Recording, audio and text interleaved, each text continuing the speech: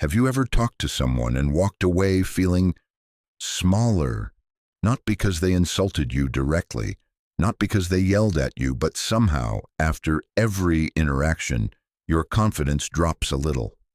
And the worst part, you can't even explain what happened. Today, we're talking about something very dangerous but very subtle: contempt. Contempt is not anger. Anger means someone still cares enough to react. But contempt is different. Contempt is when someone quietly acts like they are above you, like your thoughts, feelings, or presence don't really matter. And the scary thing is, it usually happens in very small ways. A half smile, a dismissive tone, looking past you while you speak. Tiny behaviors that slowly damage your confidence over time. Psychologist John Gottman studied relationships for decades and found that contempt was one of the biggest predictors of broken relationships. Not only that, people exposed to contempt for long periods even became physically less healthy because constant stress affects the body too. Now, the question is, why don't we notice it sooner?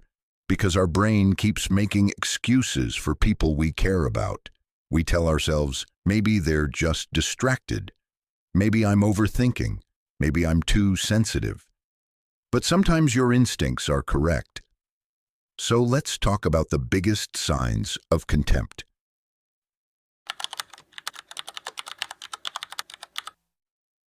You're talking in a group and suddenly they jump in with, well, actually, that's not exactly right.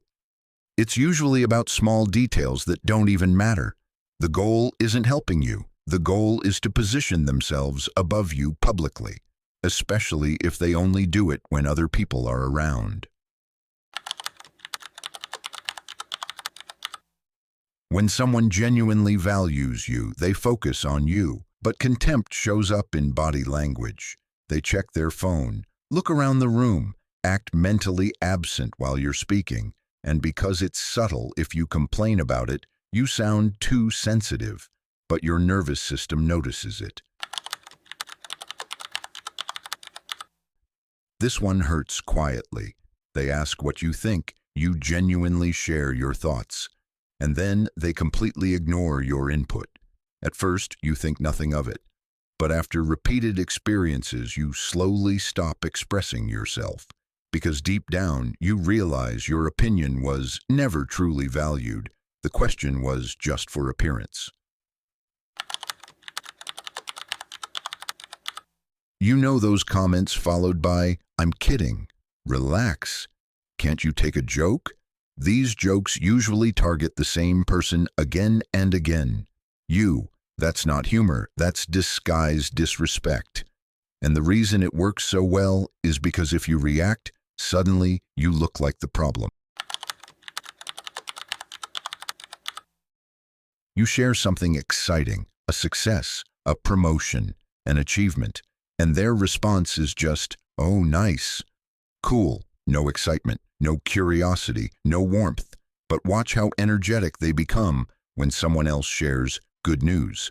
That difference tells you everything. People naturally show energy for people they genuinely value.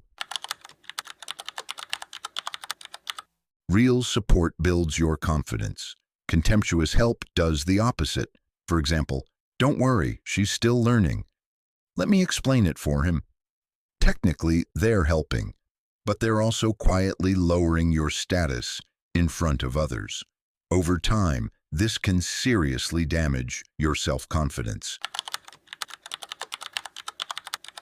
Psychologist Paul Edman studied facial micro-expressions, tiny involuntary expressions people make for a split second, and contempt has a very specific one, a slight smirk on one side of the mouth, very subtle, very fast.